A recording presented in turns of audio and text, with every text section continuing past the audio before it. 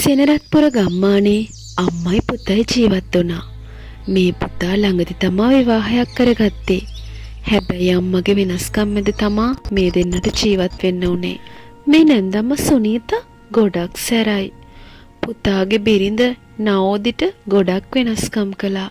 නවෝදි මොන දේ කරත් කවදාවත් හොඳක් නම් දැක්කේ නෑ. දවස පුරා නවෝදි දාසියක් වගේ වැඩ කරාට හැම තිස්සෙම එයාගේ අඩුපාඩු කියා ඇඟට කඩා පයින් එක සුනීතගේ පුරුද්දක් වුණා.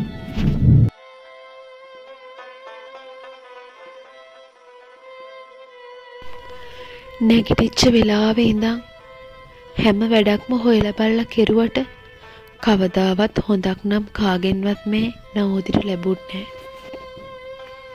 මේ ප්‍රශ්නේදී පුතා සුනිලු සෑහෙන්න අසරණ වෙලා හිටියේ.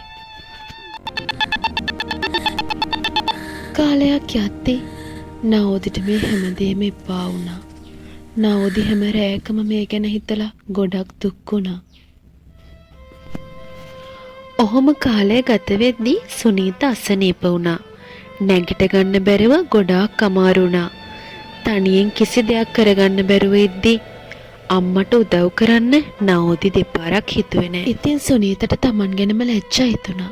Taman නවෝදිට සැලකපු විදිය මතක් වුණා. නවෝදිට කොච්චර වෙනස්කම් කරත් අද නවෝදි සුනීතට සලකන විදිය ගැන සුනීතට පුදුමත් හිතුණා.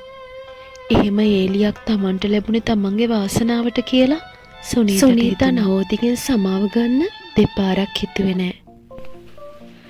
හැමදේම තේරුම් අරන් ඉවසීමෙන් තමන්ගේ පවුල රැකගත්ත නවෝදිට හොඳ කාලයක් ආවා. තමන්ගේ වැරදි අඩුපාඩු පිළිගත්ත සුනීතා ඒව වෙනස් කරගෙන හොඳින් ජීවත් වුණා. ඒ වගේම තමන්ගේ එළියට දුවෙක් වගේ සැලකුවා. ඉතින් දැන් මේ හැමෝම හරිම සතුටින් ජීවත් වෙන්නේ. මේ පුංචි පවුල ගොඩාක් සතුටින් ජීවත් වුණා.